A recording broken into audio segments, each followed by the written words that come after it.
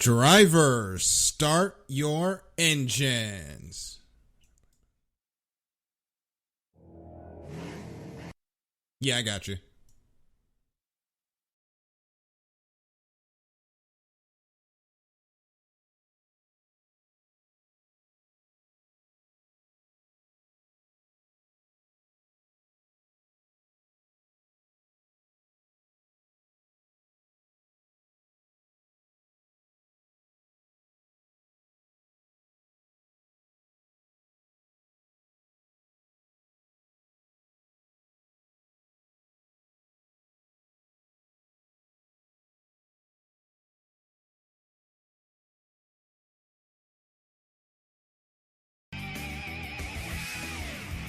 You are now listening to the fastest show on iSports Radio. My name is Daryl Kinsey Jr. I'm welcoming you to another lap of Extra Mile for today, May the 13th, 2021. I apologize for those technical difficulties there at the beginning, but we are now here.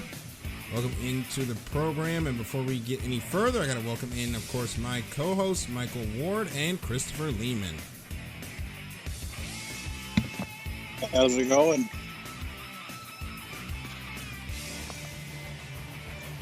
Michael, you there? Okay, I muted my mic when I meant to unmute it. Anyway, how's it going, everybody? That happened to me last week. Yeah, it was crazy. Yeah, still trying to work the kinks out over here, but we're doing well. And I hope everybody, especially if you're listening to us on the East Coast, has enough gas. Oh, boy. You guys have an issue in there? Yeah.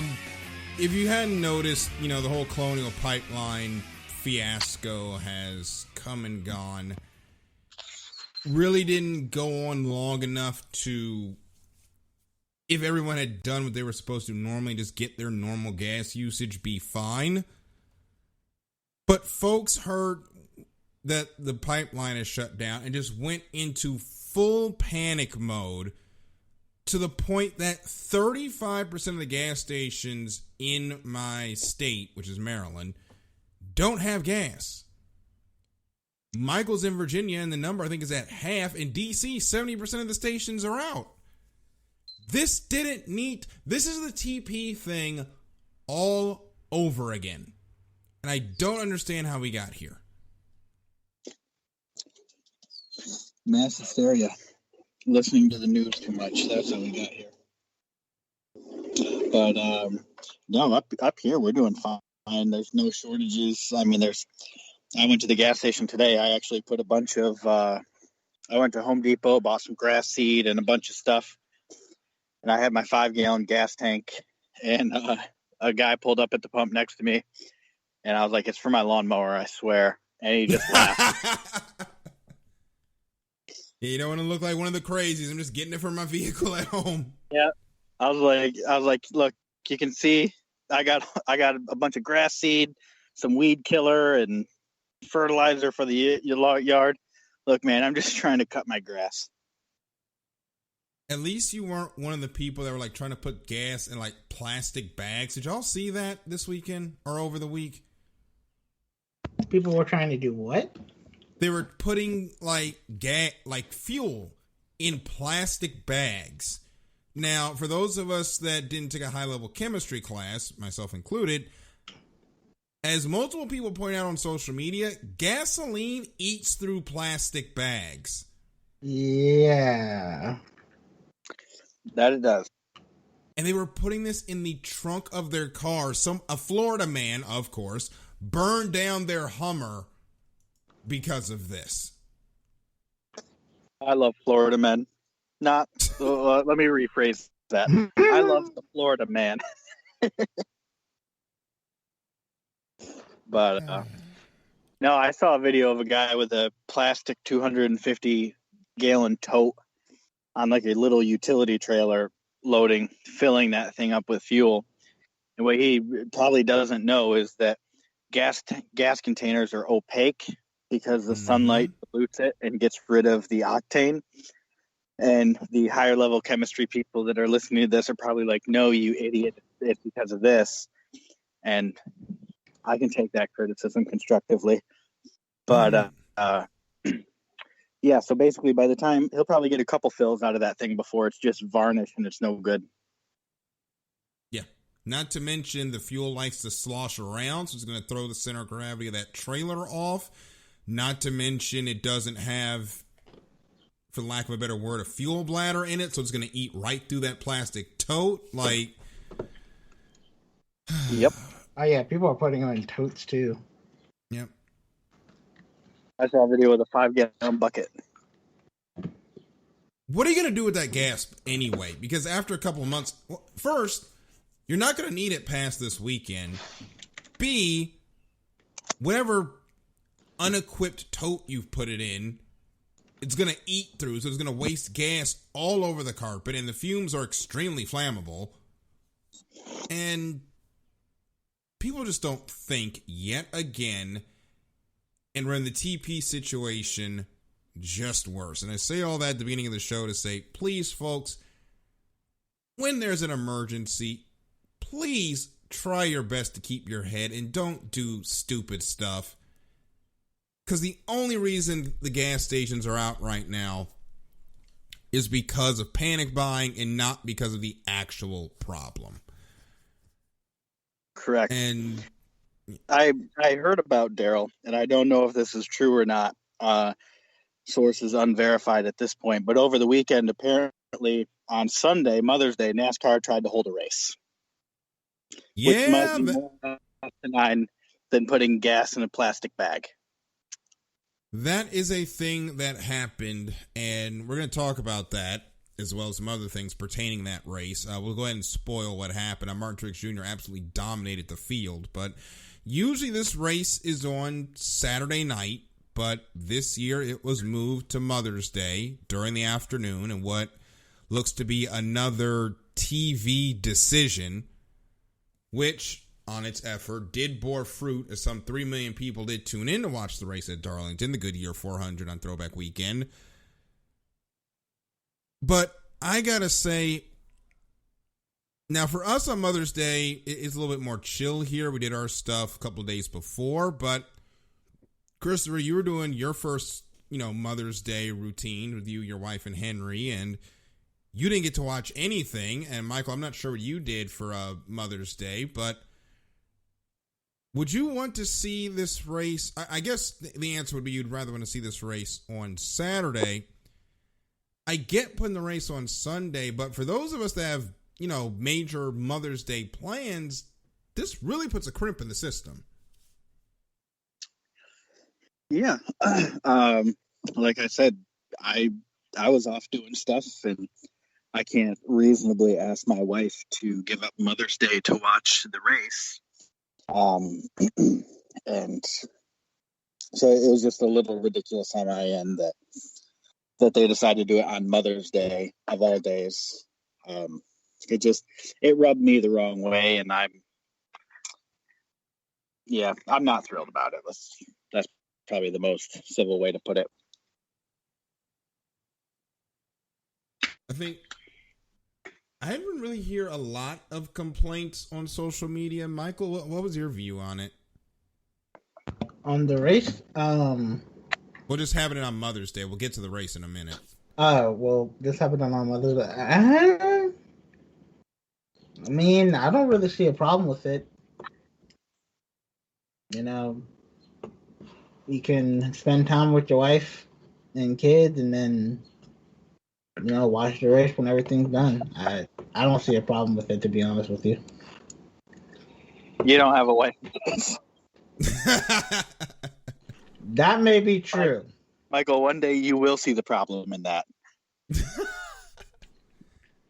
I have a girlfriend. I do not have kids yet, but I will also one day see it. But it's a situation where, again, TV's pulling the strings, and it got the better ratings, but for some of us, it makes it a little bit harder to watch the race. And speaking of harder to watch the race, we had yet another package discussion as we get the 750 horsepower package at Darlington, which people wanted, apparently.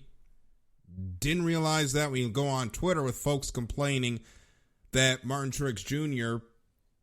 whip tail on the field and the pack was all spread out and there wasn't enough passing and the cars were too far away. When the cars have less downforce, this is what happens. It's fine. But I feel like we have to explain the intricacies of how the package works every week on Twitter to the point where I'm done with the whole conversation. I'm not having the 750 versus 550 horsepower conversation anymore. Like I said on Tuesday, you can't please everybody because we gave people supposedly what they wanted and they're still complaining because the cars got spread out. On a long green flag run, that's just what's going to happen. Because that's how it works when the tires run down. The cars are going to get separated, and the cars that are running the same speeds are going to run together. It's fine. And I get frustrated, I'll throw it to you guys. It feels like we're in a situation with this fan base where, and I hate going after the fan base on this show, but it feels like it's a situation where NASCAR can't win. Like everything they do is wrong.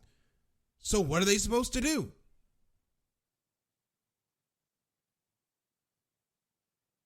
Suffer. But yeah, there's nothing you're gonna do. People are just gonna be upset no matter what you do. Like when you were saying all of that, I'm just like, NASCAR fans being NASCAR fans. Yeah, there's no pleasing them. There isn't. And I swear, Chris, people talk about wanting the playoffs to go away. I swear to God, NASCAR could turn the playoffs off tomorrow and people would still complain. Like, that's just where we are at this point. Basically. Christopher? At the moment, so we will continue on. It's a frustration, and I don't really feel like having the conversation because it's not constructive. And at the end of the day, people are talking about what's going to happen next year. The next gen car makes aerodynamics a completely different way than this car does. They're making the cars completely symmetrical.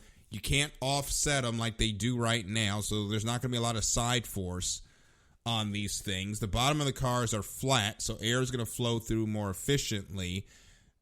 Also, they're lifting the cars up off the ground, so you won't have them sucking up to the ground and making the downforce that way. These cars are going to be a lot harder to drive, and it's going to be a lot of fun. Michael, I can't wait for the next gen car. And honestly, I don't want NASCAR to make a move towards touching anything with it for like the first 2 years. Just let folks get used to it. I agree with you, Daryl. It does look like it's going to produce more racing. But, like we were talking about, I still feel like fans are going to complain. There's going to be a subset of the fans that complain, and we're just going to have to move through it because somebody's always going to not like what you do. So, Christopher, I think we got him back now. NASCAR's just going to have to position themselves when it comes to the future of what aerodynamic setup they use with the cars, making the most amount of people happy instead of trying to make everyone happy, because trying to make everybody happy in this fan base is not going to happen.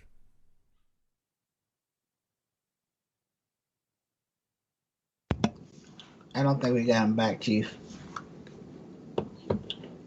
I do not think we do. So we're going to go ahead and take a little break. So we're up against it anyway. Yep, there we go. Okay, sorry. My vet called. My dog found a screw in the yard today. It went his foot, so my vet called. So I don't know. It does this weird thing where I hang up and then it puts me on mute on Skype for some reason. I don't know. But what I was saying was, you will never make any fan base happy in anything you ever do, in any sport, any fandom. There are always going to be people that are going to be pissed, but they're always going to turn their TV on. So you just try to please as many people as possible. Yep. I can agree with that. And that's just how NASCAR is going to have to operate going NASCAR forward, to be honest. The Dale, to be honest, but apparently it didn't.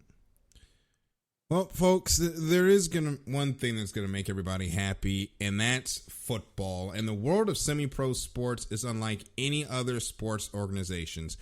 Players play in hopes of so many different outcomes, whether it's playing to get filmed, to try out for professional teams, big-time colleges, or just playing to stay in shape.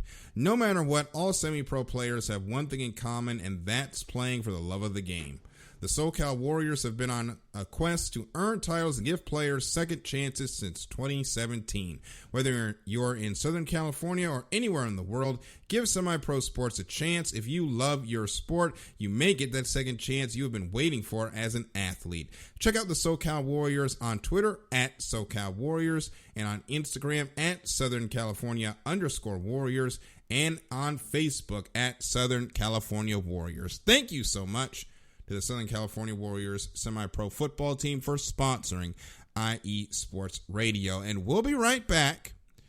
When we do return, the first major blow in the F1 World Championship has been delivered. Here's why I think the road to the 8th title may have gotten a lot easier for one Lewis Hamilton. We'll be right back here on the Extra Mile on IE Sports Radio, your direct feed for all that is sports.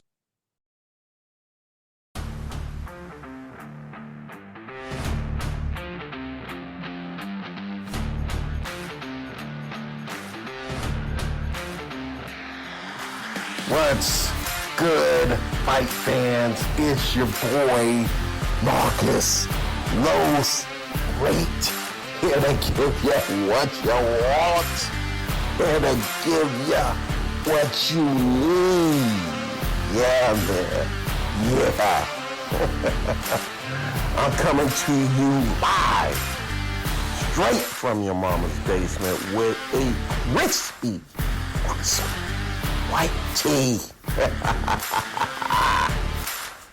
We are coming to you live every Tuesday at 10 p.m. Eastern Standard Time. Powered by IE Sports Radio, your direct feed for all that is sports.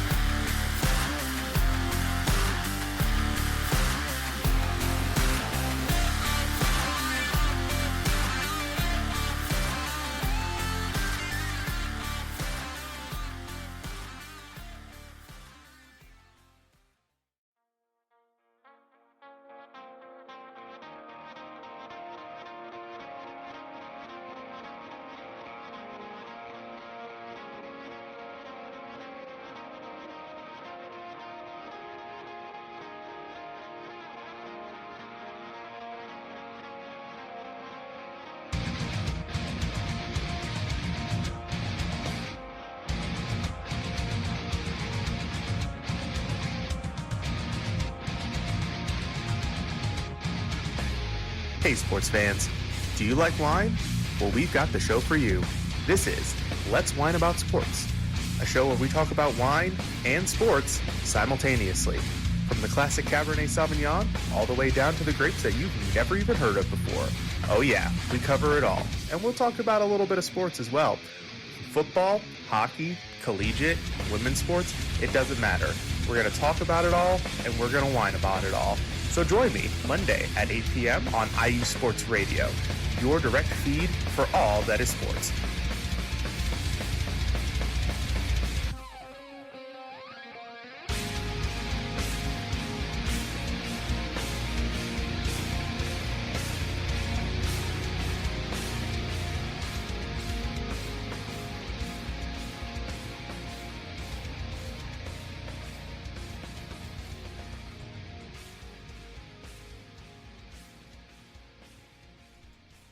And we are back here on IE Sports Radio. This is the Extra Mile with Daryl, Christopher, and Michael.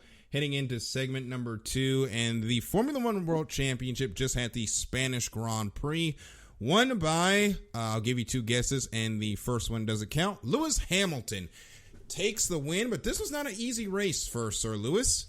He goes into the race with the pole. He gets off to a good start, but Max Verstappen got a much better start and ends up muscling Hamilton off into turn number 1 to take the lead.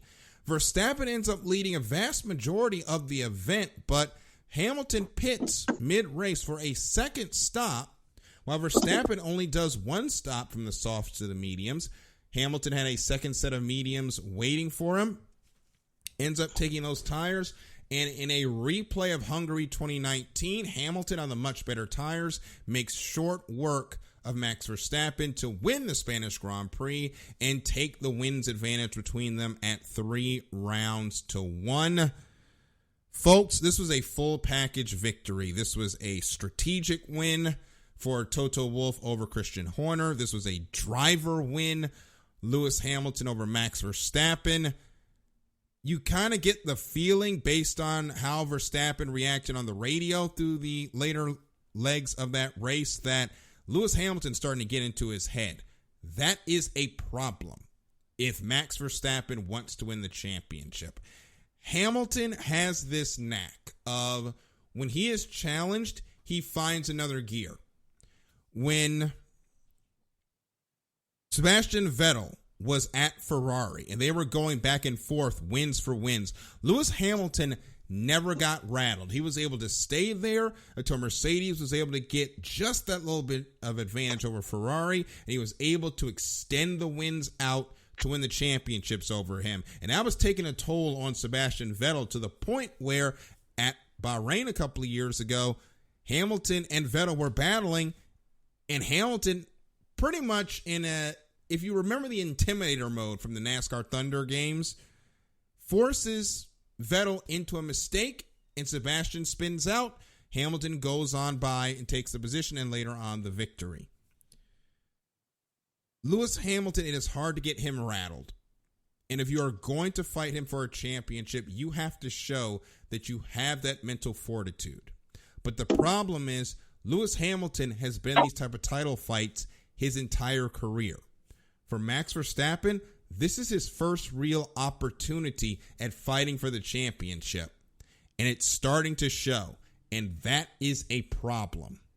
Because as we know, Lewis Hamilton can start rattling off the pole positions and rattling off the wins. And when he starts doing that, and he starts building this championship lead, it's going to be extremely hard to topple. Now, I don't think the championship is over yet, but Red Bull has got to find an advantage because that instability in the rear of the Mercedes, it's not as bad as it used to be.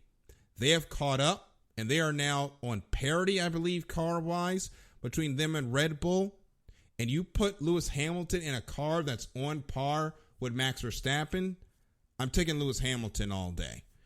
So I'm going to throw it to the guys to talk about it now. Michael, it really feels like we're seeing one of the early turning points where Hamilton is going to start heading towards that unprecedented, record-shattering, GOAT-defining 8th championship. Yeah, Verstappen and Red Bull are going to have to definitely do some upgrades on that car. And I think this is another thing of, just experience versus,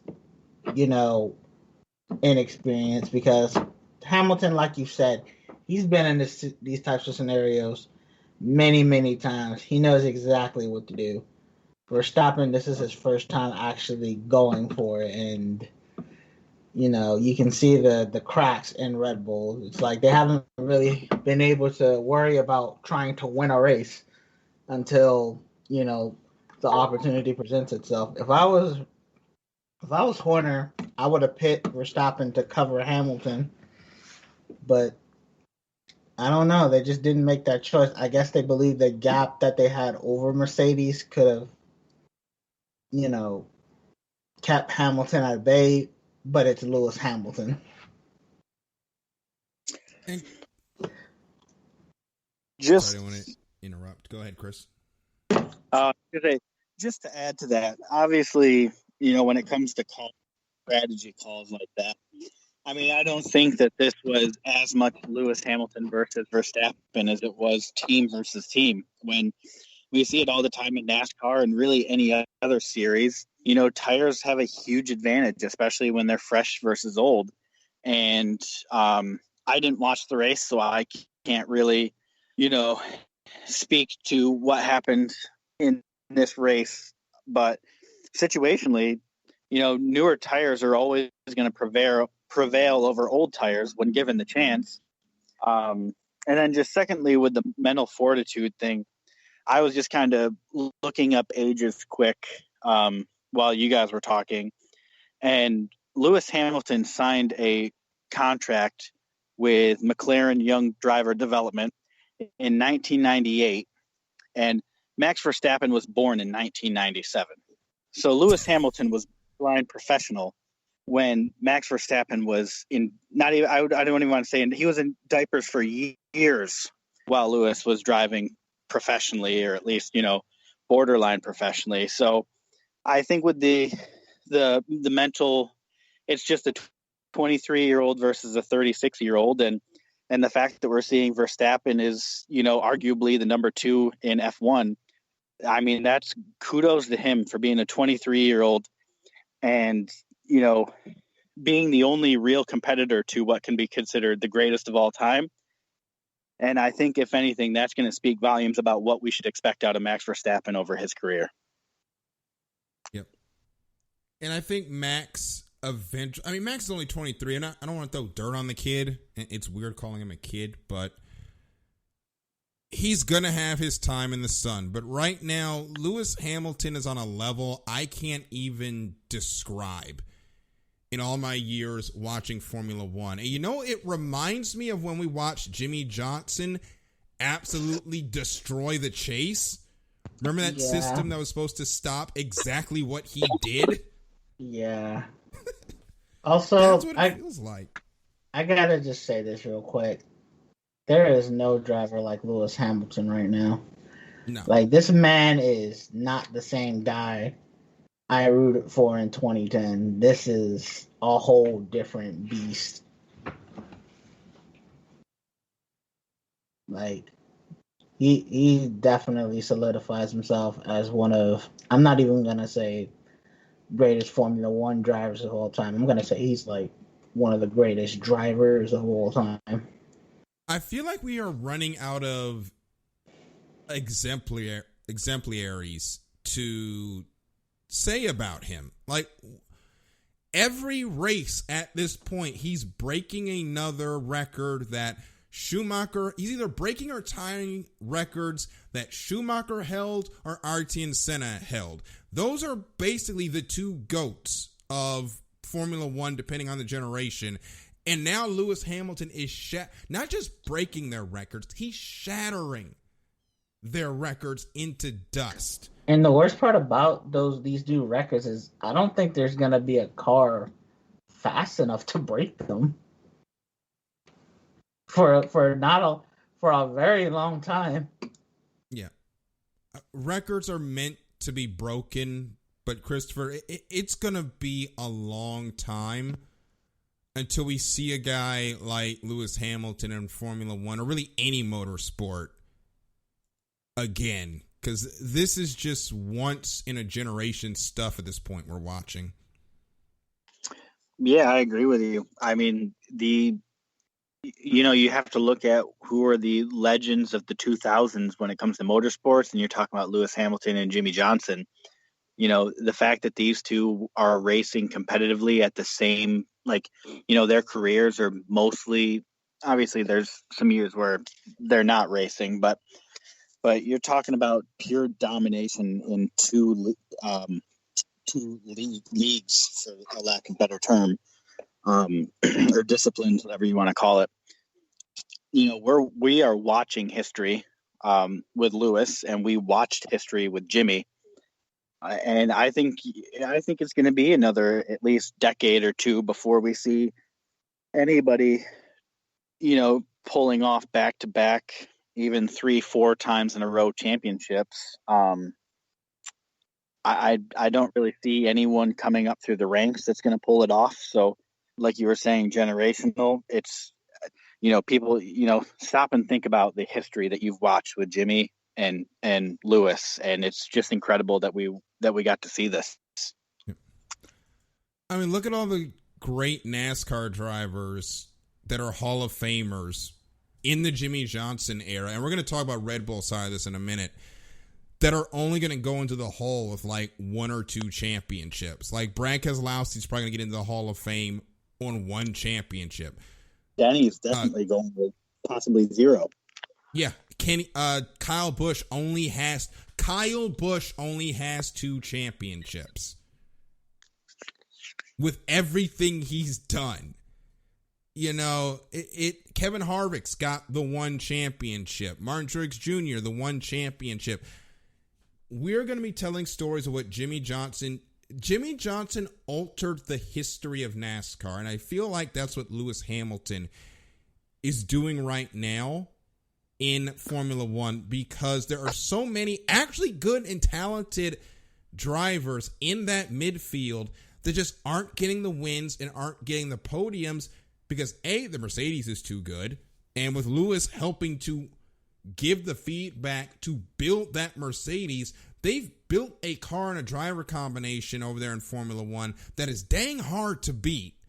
And I don't know how you beat it, even with this rule change coming up in 2022, which, by the way, Lewis plans to be here for. Was his contract with Mercedes, it was just a 1 year, right? Yeah, but now he's talking about he wants to get a new deal done by the summer for 2022. R.I.P. Bottas's chances. R.I.P. Russell's chances. Yeah. Yeah. I'll be interested to see what happens with almost a level playing field with this y'all new car coming imagine out. Lewis Hamilton, 9-time world champion? He's up there with Sebastian Loeb at that point. I hope that at least with the new car coming out the first year or two, I hope there's a little drama when it comes to the championship race. Because obviously, 10 out of 10 people that pay attention to F1 have Lewis Hamilton as their preseason most likely champion.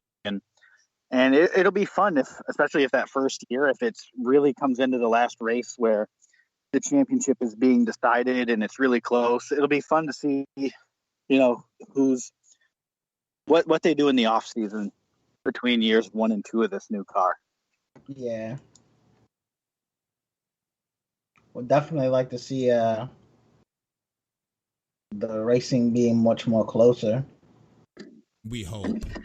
And we just hope it's not another Lewis Hamilton runaway. But as we sit here, it brings into the conversation, the other teams in the mix. And we'll get to Bottas in a minute, but we go over to Red Bull.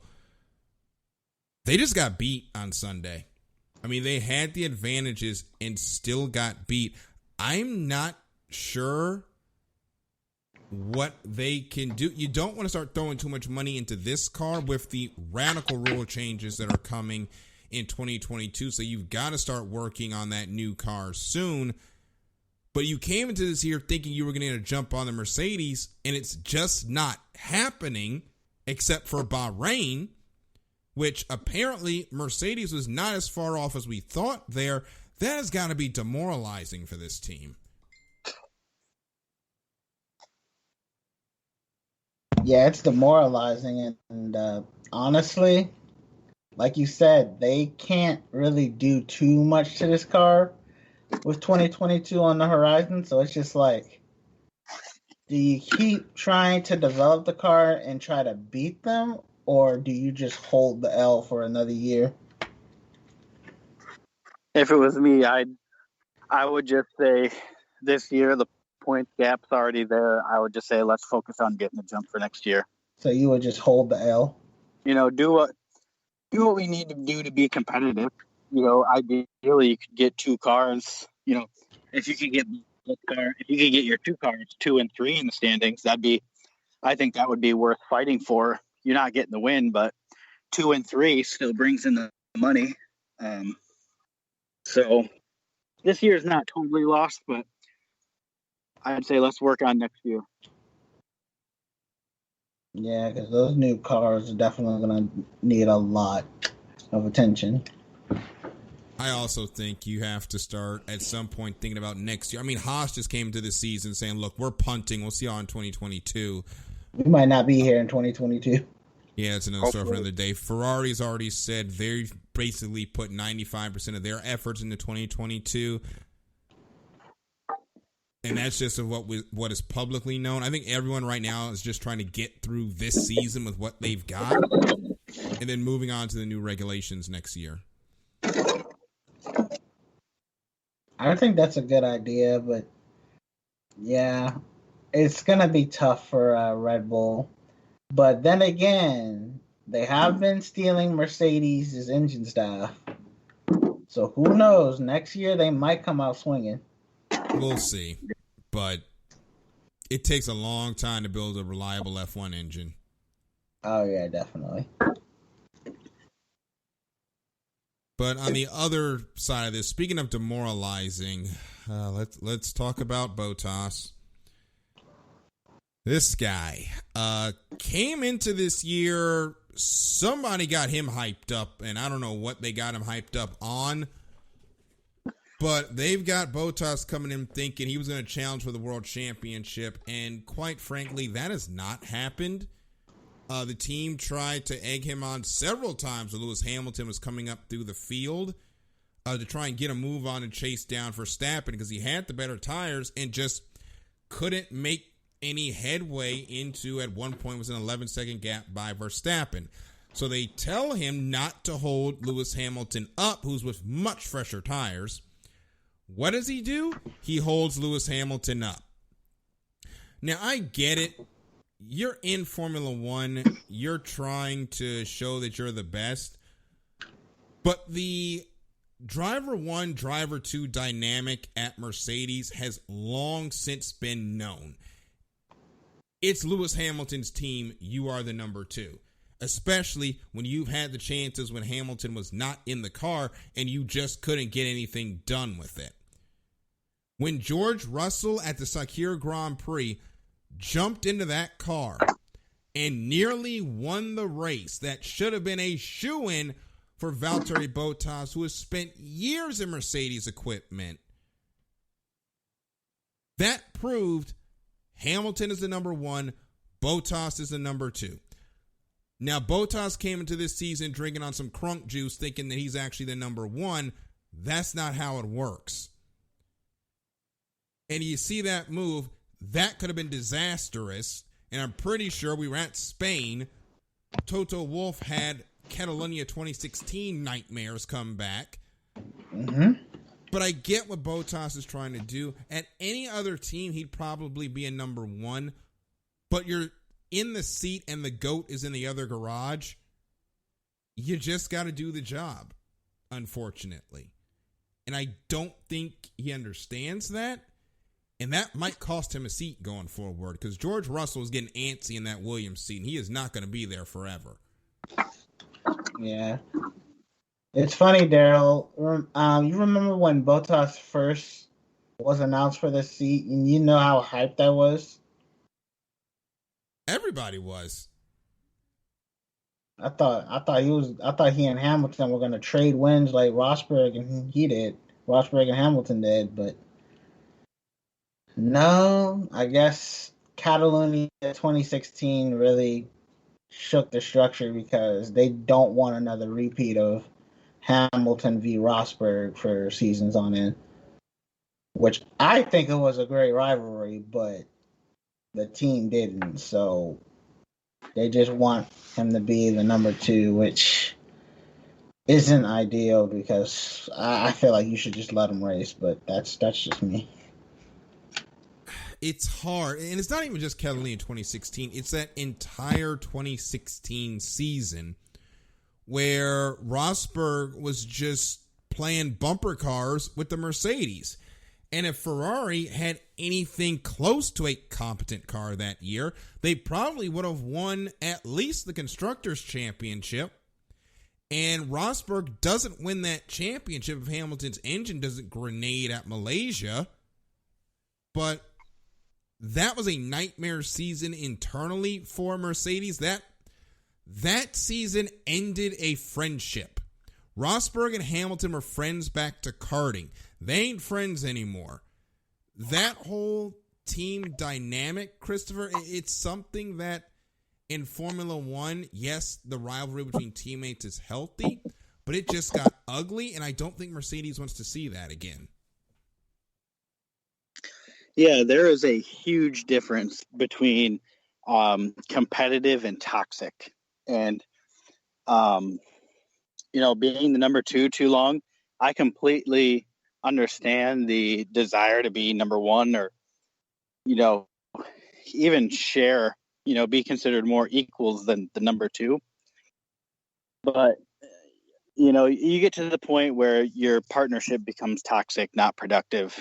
And I think we're borderline there.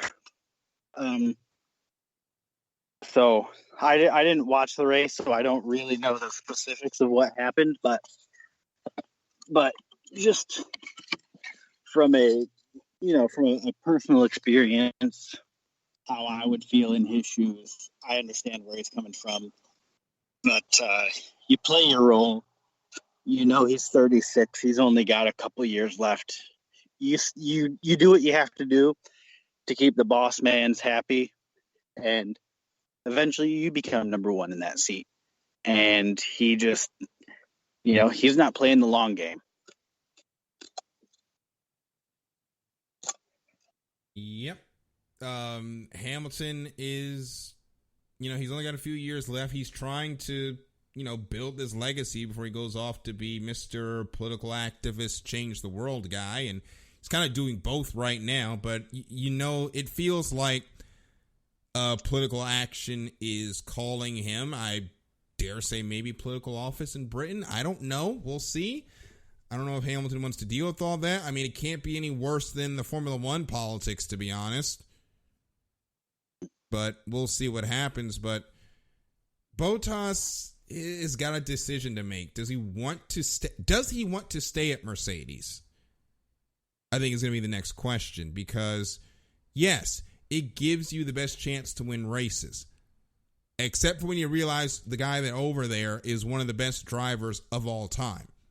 And the team is going to throw in all their eggs with him because he's been in the Mercedes organization for so long.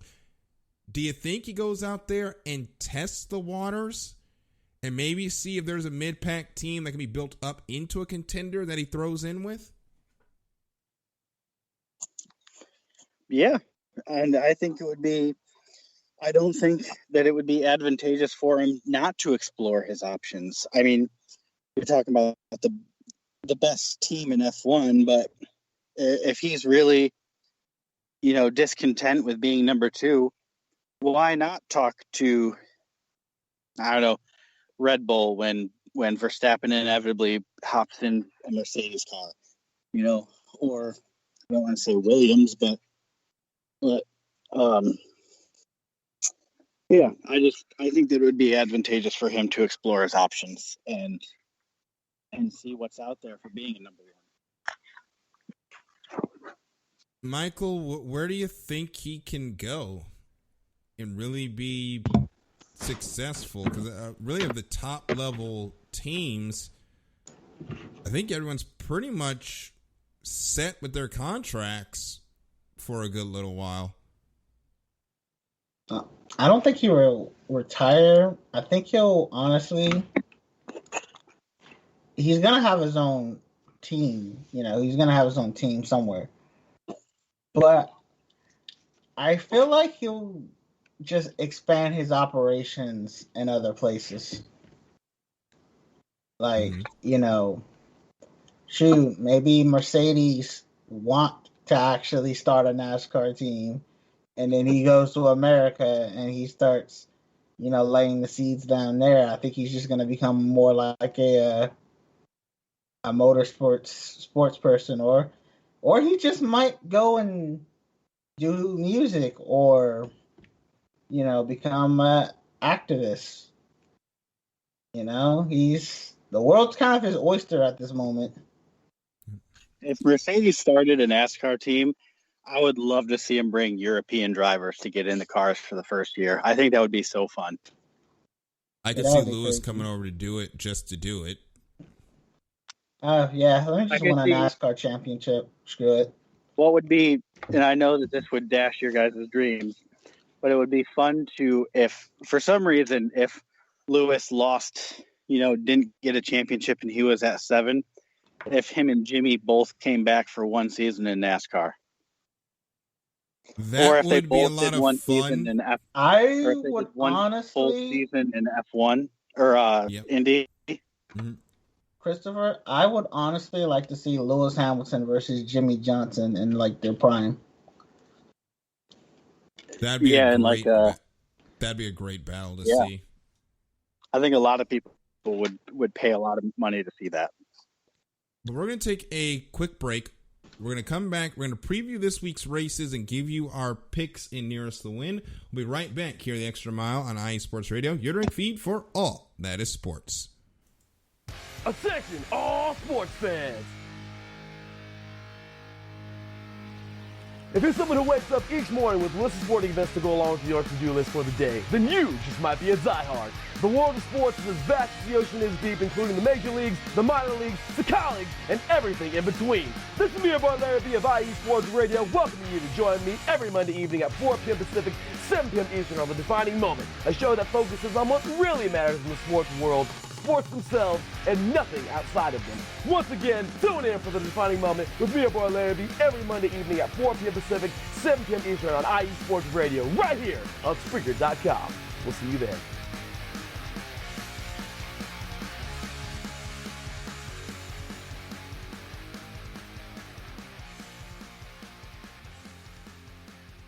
Hey, folks, don't want to miss this Saturday at 6 p.m.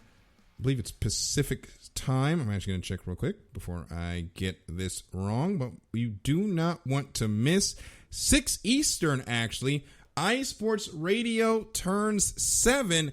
Going to have a lot of guests from all across the iSports Radio family with live visits and also some recorded messages as well. So you make sure you're tuned in to Spreaker.com/IESportsRadio as iESports Radio turns 7.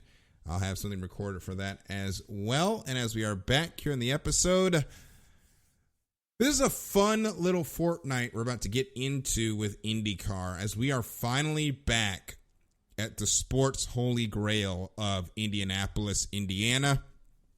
Got 2 races there at the Mecca of open wheel motorsports in America. We start with the Indy Grand Prix, which will be on the road course that's coming up this weekend.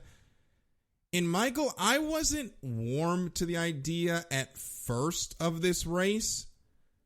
It definitely doesn't have the feeling of the Indy 500, obviously, but coming into it, it's a good little table setter for the rest of the 2 weeks at Indy that we're about to have with all the hoopla surrounding the 500.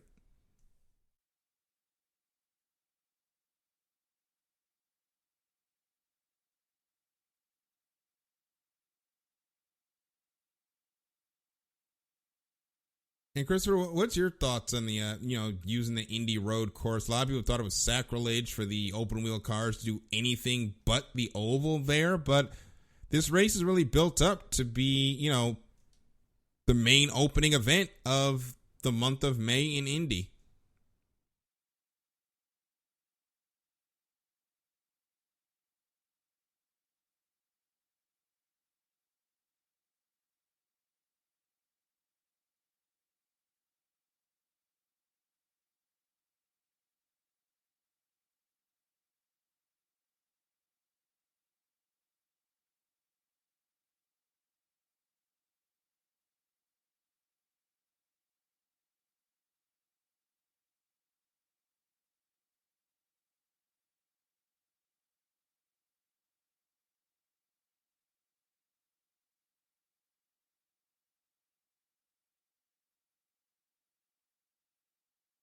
Yep, this race has been happening the last couple of years. It's been a lot of fun. This is a race that has been traditionally dominated by the Penske drivers. But coming into this season, we've had 4 races. I think we've had a different winner on all of them. As we're looking at the points, as I'm looking at the points right now, we're going to go over to the drivers and see how it is. We've had we've had 4 races, 4 different winners. Hard to tell who's going to win this season. It is an extremely tight IndyCar field. Going to be a lot of fun to see these guys slug it out on the Indy road course. And then in 2 weeks' time, man, what cannot be said about the Indy 500 at this point? The 105th running. This is a globally recognized event that I cannot wait for. I know you guys can't wait for. Oh, crap. Y'all have been muted the whole time. I'm sorry. But cannot wait to get this race underway in 2 weeks. But before that, of course, we've got to get to the road course race that comes up on Saturday. This race will be at 2 p.m. And, of course, as we said, weekend NASCAR is also racing the Monster Mile. And, Christopher, this is a track that it has been known as a self-cleaning racetrack. This is going to be a tough event, of course, with no practice, no qualifying. And, of course, the fact that the way the rubber reacts to the concrete, it really pulls up during cautions, which totally changes the handling of the car from run to run. Excuse me. Yeah, I think that's one of the things that makes Dover an interesting track. It's fun, and the reason is that most tracks, obviously, the rubber stays down, and so there's a pretty good playbook on how tire wear is affected based on rubber being down on the track. But this one, you never know how clean, so to speak, the track is going to get during the cautions. So you're kind of, whenever you're doing an adjustment, it's kind of always a gamble in a way. And that's one of the things that makes it at least fun from a spectator standpoint. But I'm sure that it gives the crew chiefs and the teams some headaches. Michael, this is a track that really puts the teams and the drivers to the test.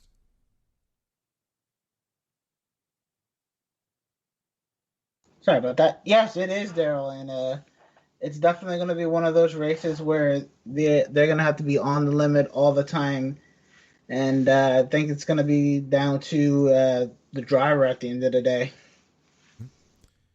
And, of course, we get to pick which one of those drivers is going to take the win, as it is the newest edition of Nearest the Win. We're going to be picking for IndyCar and NASCAR this weekend. So, fellas, well, actually, before we do that, we can go over the points here. Chris continues to lead with 11.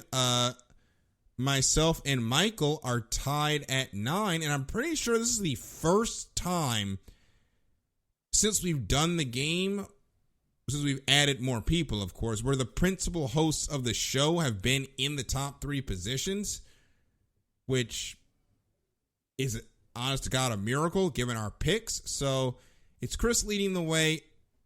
Myself and Michael tied for 3rd at 9th.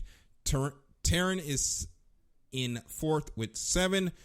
The Matts, Owens, and White with Collins, Janice are all tied for 5th with 6th place.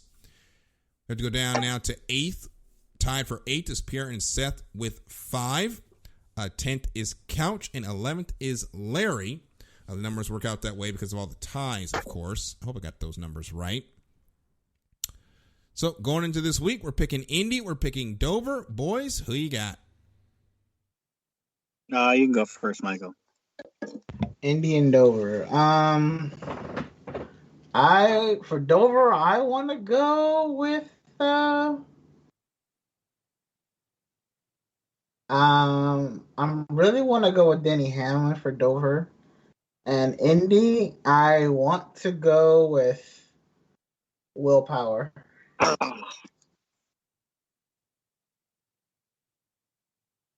Okay. Okay. So I'm also going to go with Will Power. I was hoping to be the only one to get the points. And then with Dover, I'm going to go with somebody who I said that was not going to have a win yet or who I didn't think was going to win all season. And I'm going to say that Kyle Larson puts another notch in the old belt for Hendrick.